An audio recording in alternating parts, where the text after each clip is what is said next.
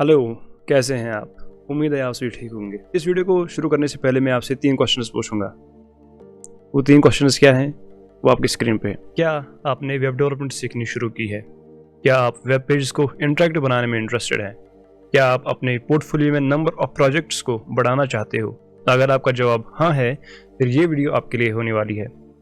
आपने बहुत बार सुना होगा लर्निंग बाय डूइंग। अगर आपने प्रोग्रामिंग या कोडिंग का कोई भी मोटिवेशनल वीडियो देखा होगा या कोई भी पोस्ट पढ़ा होगा, तो फिर आपको ये टर्म पता ही होगी। Let's decode this term, learning by doing. Learning का मतलब है कोई नई चीज सीखना, नया ज्ञान, नई महारत हासिल करना लर्निंग कहलाता है। लेकिन लर्निंग में नया ज्ञान, नई महारत हासिल करना ही नहीं है, बल्कि अपनी पुरानी चीजों को बदलना या उनमें सुधार लाने की क्षमता रखना भी लर्निंग कहलाता है। दूसरी तरफ है डूइंग। डूइंग का मतलब है आप एक्टिवली किन गतिविधियों में एक्टिव हो या किन कामों में आप मशगूल हो जिससे आपका ज्ञान या महारत बढ़ता है। इसमें ज्यादा जोर तजुर्बे को दिया जाता है, क्योंकि तजुर्बे से यानी एक्सपीरियंस से आप सीखते हो और अपने ज्ञान को और भी बढ़ाते हो। Welcome to code smiley, I am Rashid. आज इस वीडियो में हम भी लर्निंग बाय डूइंग से सीख लेते हुए एक प्रोजेक्ट करेंगे जो completely HTML, CSS and JavaScript में होगा। इस प्रोजेक्ट में हम लोग एक QR कोड जनरेटर बनाएंगे जावास्क्रिप्ट लाइब्रेरी की मदद से। इसमें हम ऑलमोस्ट बहुत चीजें सीखेंगे और उन्हें याद रखेंगे। इस प्रोजेक्ट में होगा क्या कि आप जैसे पहली बार विजिट करेंगे index.html पेज को, तो आपको एक डमी QR कोड दिखेगा। लेकिन जैसे ही आप इनपुट में टेक्स्ट लिखेंगे और जनरेट पे क्लिक करेंगे, तो आपके लिए एक नया QR कोड बन जाएगा। ये QR कोड आप कहीं पर भी स्कैन कर सकते हो। So let's start.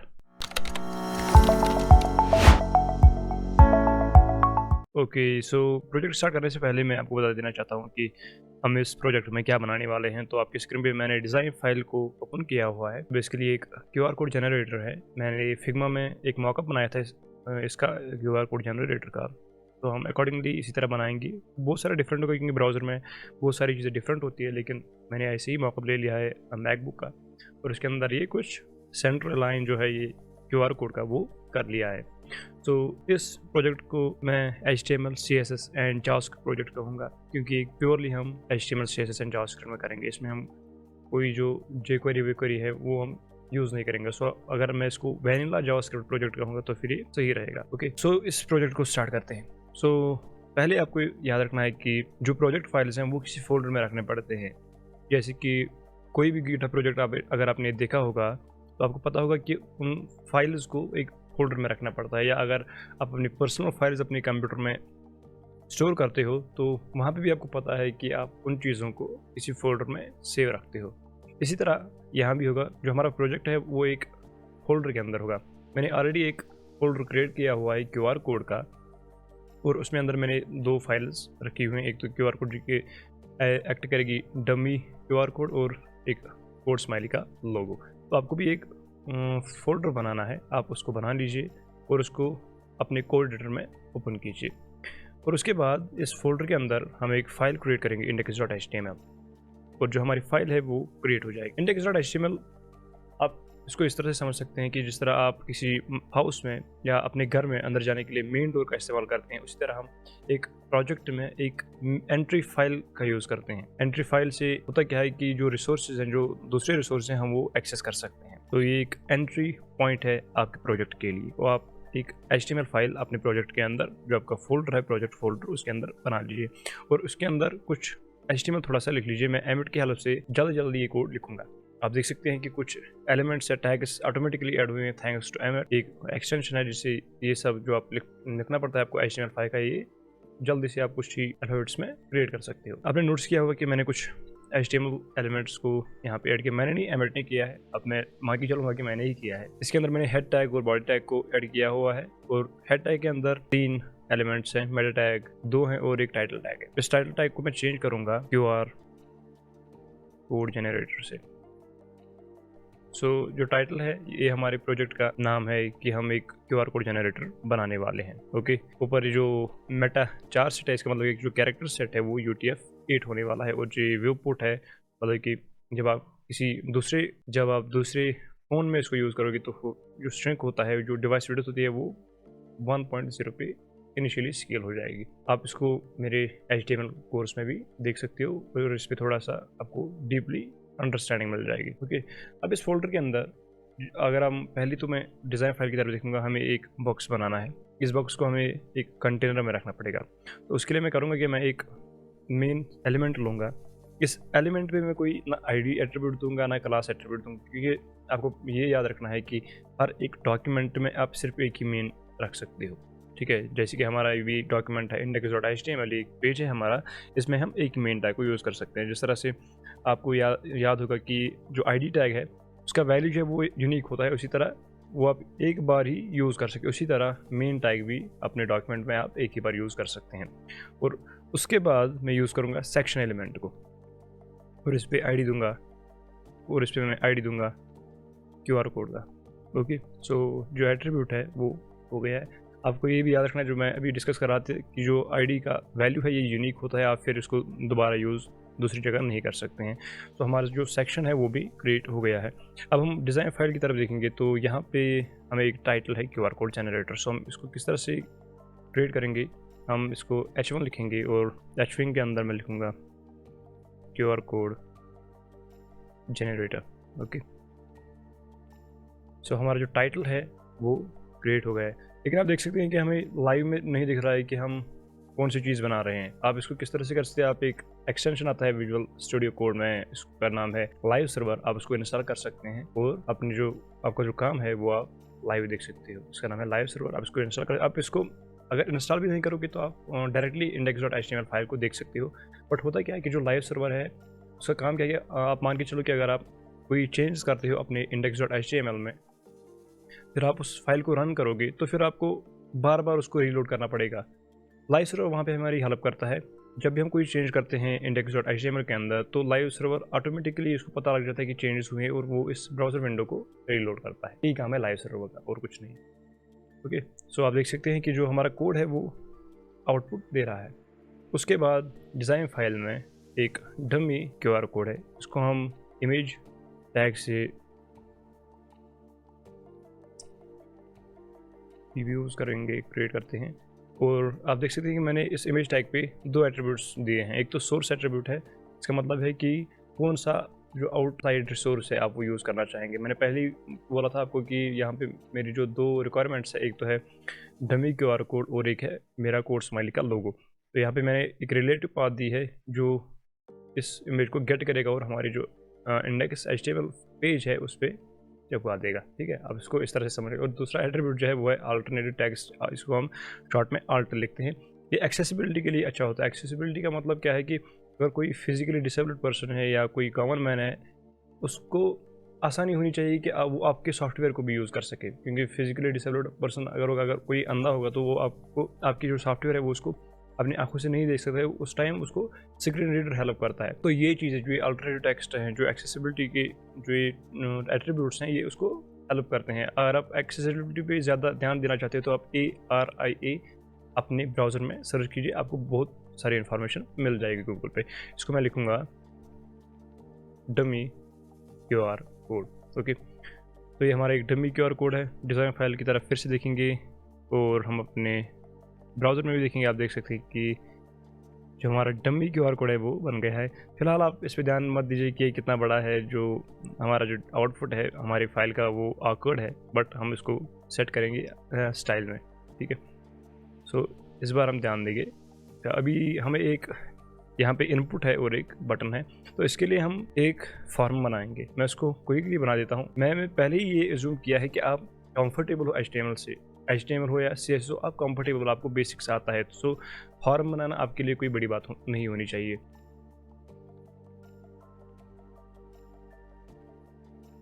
सो हमारा फॉर्म बन चुका है। आप अगर इसको लाइव देखोगे अपने ब्राउज़र में तो आप नीचे जाके इसको देख सकते हैं कि एक इनपुट जो है और एक बटन जो है वो क्रिएट हो गया है। लेकिन अगर हम डिज़ाइन फाइल की तरफ देखेंगे तो थोड़ा सा डिफरेंट है, बट इसको हमें style.css में, या आप कह सकते हैं स्टाइल शीट में एडजस्ट करना पड़ेगा। वो हम वहाँ पे करेंगे। फिलहाल आप इतना सा ध्यान रखिए कि अभी हम मार्कअप बना रहे हैं तो अभी हम स्टाइल पे ध्यान नहीं देंगे। अब जाके हमें ये स्कैन द QR लिखना है। सो इसके लिए मैं एक पैराग्राफ टैग को यूज़ करूँगा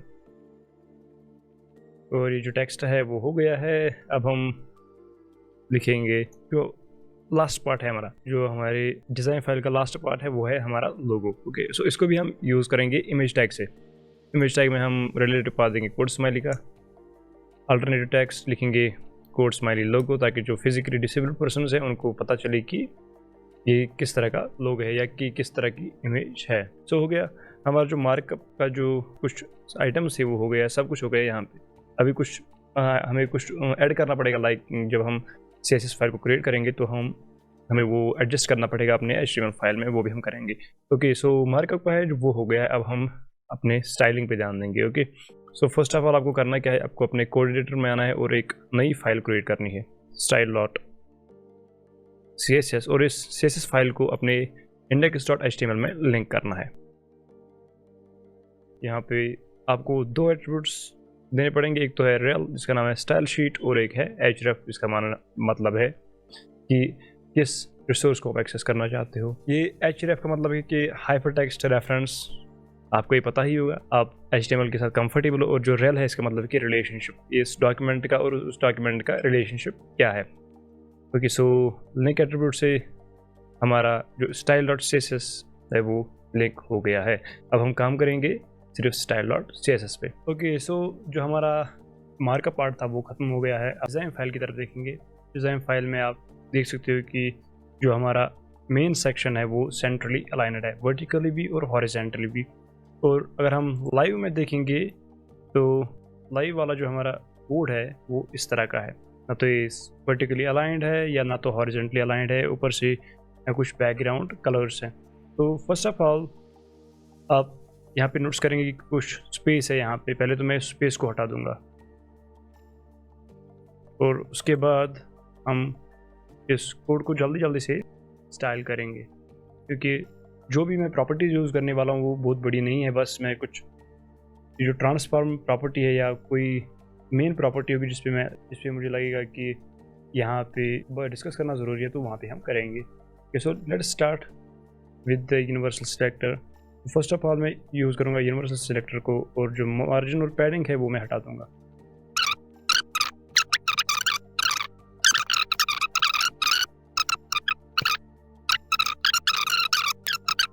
पोजीशन एब्सोल्यूट करूँगा ताकि मैं इसको सेंट्रली और अलाइन कर सकूँ, हॉरिजेंटली भी और वर्टिकली भी। लेफ़्ट से मैं इसको 50% ले जाऊँगा, और जो टॉप है टॉप्स भी मैं इसको 50% नीचे लाऊँगा। यहाँ पे देख सकते हैं ये हो गया है। इसके बाद अगर हम डिज़ाइन फाइल की तरफ देखेंगे तो अभी हमें कुछ बॉक्स शैडो, ये राउंडेड कॉर्नर्स चाहिए, और जो टेक्स्ट है वो भी सेंट्रल लाइन होना चाहिए। तो उसके लिए मैं करूँगा पहले 5 पिक्सल्स 10 पिक्सल्स और 5 पिक्सल्स। अभी हम लाइव थोड़ा सा कोड देखेंगे। आप देख सकते हैं कि जो चेंजेस है वो हो गई है। हम इस कलर को थोड़ा सा चेंज करेंगे, और आप देख सकते हैं जो बॉक्स शैडो की जो लाइटिंग है वो थोड़ी सी चेंज हो गई है। अब हमें करना क्या है कि जो हॉरिजॉन्टली और वर्टिकली अलाइन करना है इसको, तो उसके लिए मैं ट्रांसफॉर्म प्रॉपर्टी का यूज़ करूँगा। ट्रांसफॉर्म प्रॉपर्टी, यहाँ पे मैं ट्रांसलेट एक्स करूँगा और उसको कैलकुलेट करूँगा। कैलकुलेट 50% माइनस 380, और फिर हम ट्रांसलेट वाई कर देंगे और -50% से इसको वापस ले आएंगे। अब देख सकते हैं कि जो हमारा बॉक्स है वो सेंट्रली और वर्टिकली अलाइन हो गया है। अब हमें करना क्या है कि जो इमेज है, इमेज को हमें थोड़ा सा डाउन साइज करना है ताकि जो हमारा कोड है वो दिख पाए। जो हमारा आउटपुट है कोड का वो हम देख सके आराम से। विड्थ में दूंगा 180 पिक्सल की 180 पिक्सल्स, क्योंकि जब हम आगे देखेंगे तो हम QR कोड को जो जनरेट होगा उस भी हम 180 पिक्सल्स विड्थ देंगे। सो आप देख सकते हैं कि जो हमारा आउटपुट है वो ये है। अब हम अगर डिज़ाइन फाइल की तरफ देखेंगे तो थोड़ी सी आप स्पेसिंग देखोगे यहाँ पे, तो हम ये स्पेसिंग भी ऐड करेंगे। सो इसके लिए मैं लिखूँगा यहाँ पे #QR code margin 20 pixels top and bottom and 0 left and right. Okay, so यहाँ पे स्पेसिंग ऐड हो गई है।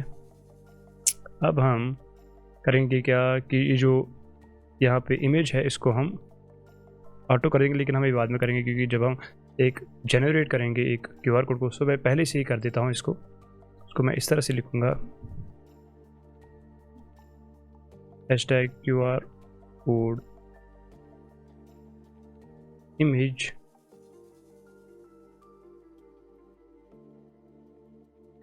या हम इसको लास्ट में ही ऐड करेंगे।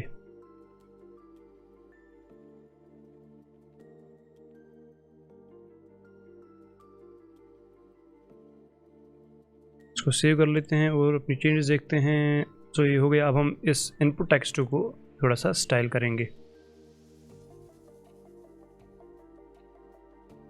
तो मैं लिखूँगा फॉरम फिर यूनिवर्सल सिलेक्टर, ताकि जो भी एलिमेंट्स है इसके अंदर वो इस तरह के हो जाए। डिस्प्ले ब्लॉक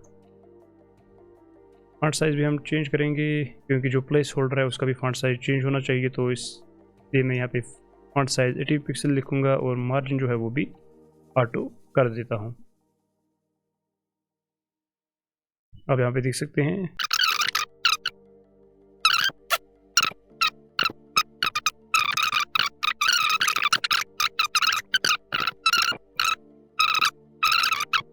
यहाँ पे जो हमारा बटन है वो भी चेंज हो गया है, लेकिन अब जो मिसिंग पार्ट है वो है ये लीनियर ग्रेडियंट। तो उसके लिए मैं यूज़ करूँगा बैकग्राउंड प्रॉपर्टी को। आपको सिंपल बैकग्राउंड लिखना है वरना ये क्रिएट नहीं हो जाएगा लीनियर ग्रेडियंट में। और यहाँ से मैं लिखूँगा टू राइट, ताकि जो हमारा ग्रेडियंट है वो लेफ़्ट से राइट हो। और जो कलर नेम है वो एंटर करूँगा। ये मैंने पहले से ही फिग्मा से लिए हैं क्योंकि मैंने वहाँ पे एक मॉकअप बनाया था, तो इसलिए मैं को क्विकली टाइप कर रहा हूँ। अगर हम अपने फाइल में देखेंगे तो हमारा बटन भी डिज़ाइन हो गया है। अब रही बात इस लोगो की, तो इसके लिए हमें करना क्या होगा, हमें लिखना है #लोगो और इसकी विड्थ जो है वो 120 पिक्सल्स कर देंगे और जो मार्जिन है वो अनसेट कर देंगे या 0 कर देंगे। आप देख सकते हैं जो हमारा लोगो है वो भी शॉर्ट हो गया है और यहाँ पे जो हमारा QR कोड है वो भी छोटा हो गया है। यहाँ पे एक जब हम लाइब्रेरी को यूज़ करेंगे तो आपको एक इशू आएगा कि यहाँ पे एक स्पेसिंग क्रिएट हो जाएगी। तो इसके लिए एक से पहले से आपको बता देता हूँ कि आपको कैनवास आपको पहले से ही छुपा के रखना है। आप इस तरह से लिख सकते हैं QR कोड कैनवास, या आप डायरेक्टली कैनवास लिख सकते हैं कि एक सिंगल प्रोजेक्ट है इस तरह से और उसको डिस्प्ले नन कीजिए, तो फिर जो आपकी प्रॉब्लम है वो आगे जाके नहीं होगी। तो ये हो गया हमारा जो CSS पार्ट था, ये हो गया है। अब हम जावास्क्रिप्ट की तरफ बढ़ते हैं। ओके, सो स्टाइल पार्ट तो हो गया। अब हमें चाहिए एक QR कोड लाइब्रेरी जिससे हम QR कोड को जनरेट कर सकते हैं। तो उसके लिए आपको जाना पड़ेगा GitHub पे। मैंने पहले से ही एक अच्छी QR कोड लाइब्रेरी सर्च की हुई थी, तो आप इस पर जा सकते हैं और जो कोड है उसको डाउनलोड कर सकते हैं। GitHub हमेशा से स्लो चलता है, सो मेरे इंटरनेट की कोई प्रॉब्लम नहीं है। ओके गाइज, सो ये जो लाइब्रेरी आपको ये डाउनलोड करनी है और इस लाइब्रेरी में से आपको इस फाइल को qrcode.min.js को कॉपी करके अपने प्रोजेक्ट फोल्डर में डाल देना है और जो आपकी फ़ाइल है वो आपके कोड एडिटर में रिफ्लेक्ट हो जाएगा। इससे पहले हम अपने कोड एडिटर में जाए, मैं इस लाइब्रेरी की बेसिक यूजेज जो है वो देखना चाहूँगा। एक तो है ID QR कोड और दूसरा है ये कुछ हमें इनिशियलाइज़ करना है न्यू QR कोड। ओके, इसमें हमें element document agreement QR code और डैश देना है। ओके, या आप कुछ ऑप्शंस भी दे सकते हो। अगर आप एक ऑब्जेक्ट पास करते हो तो आप उसमें ऑप्शंस भी दे सकते हो, जो कि हम अभी करने वाले हैं। तो इस फाइल के अंदर इस तरह का कोड होगा, लेकिन जैसे कि आपको पता है कि हमें जावास्क्रिप्ट लिखना है तो हमें इनलाइन भी लिख सकते हैं, लेकिन मैं एक नई फाइल बनाऊंगा main.js। ओके, और इस फाइल के अंदर मैं कुछ एलिमेंट्स को सिलेक्ट करूँगा। Constant QR element equals document dot get element by ID, यहाँ पे हम लिखेंगे, और फिर हम लिखेंगे QR कोड, और एक एलिमेंट को यहाँ पे कांस्टेंट के अंदर रखते हैं, वो है हमारा जो बटन है, जनरेट बटन, क्योंकि फिर हम उस पर एक इवेंट ऐड करने वाले हैं। Document dot get element by ID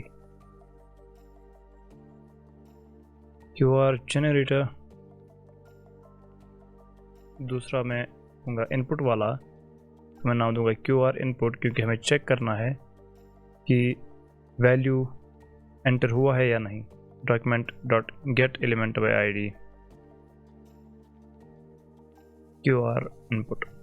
okay, so ये हमारे 3 कॉन्स्टेंट्स तैयार हुए हैं, और मैं एक और कॉन्स्टेंट बनाऊंगा, इसको मैं लिखूंगा QR code equal to new QR code, और मैं इसमें पासिंग करूंगा QR एलिमेंट को, क्योंकि आप अगर डॉक्यूमेंटेशन चेक करोगे तो फिर आप देख सकते हो कि यहाँ पे हमें इस एलिमेंट को पासिंग करना है, जहाँ पे हमें अपना QR कोड क्रिएट करना है। तो यहाँ पे मैं वही कर रहा हूँ, QR कोड का ये HTML में हमको ऐड करना है, हम बाद में करेंगे। और मैं कुछ ऑप्शंस भी दूंगा।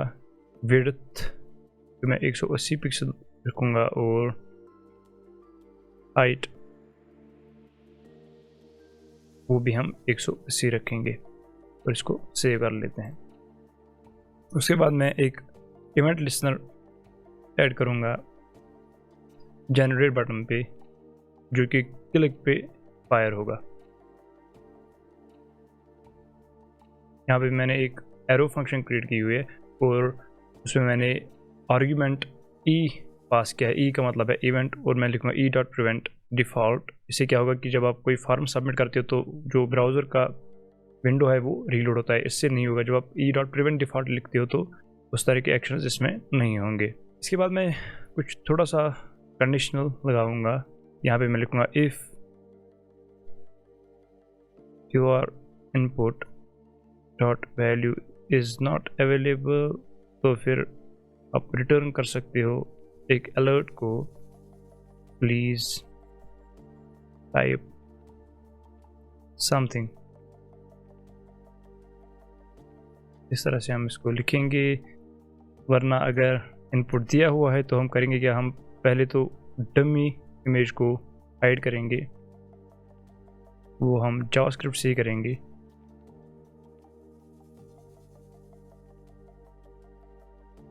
I think it was dummy QR, तो हम बाद में चेक करेंगे। हम इसको इस तरह से लिखेंगे स्टाइल डॉट डिस्प्ले नन, और फिर हम QR कोड को कॉल करके उसकी एक मेथड को इन्वोक करेंगे मेक कोड, और उसमें हम देंगे QR input dot value. Okay, so अब हमें अपने index.html फाइल में जाना है, और वहाँ पे हमें ऐड करना है डिवीजन, और उसका जो ID एट्रीब्यूट है वो लिखना है QR कोड। सो ये भी हो गया। जो डमी QR है हम यहाँ पे देखेंगे, हाँ जी यही था डमी QR, और हम अपने ब्राउज़र में चेक करेंगे।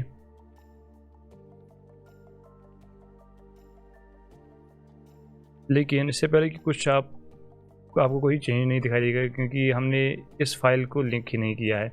हमें करना क्या है, हमें अपने index.html में जाना है, और यहाँ पे पहले तो हम लाइब्रेरी को ऐड करेंगे,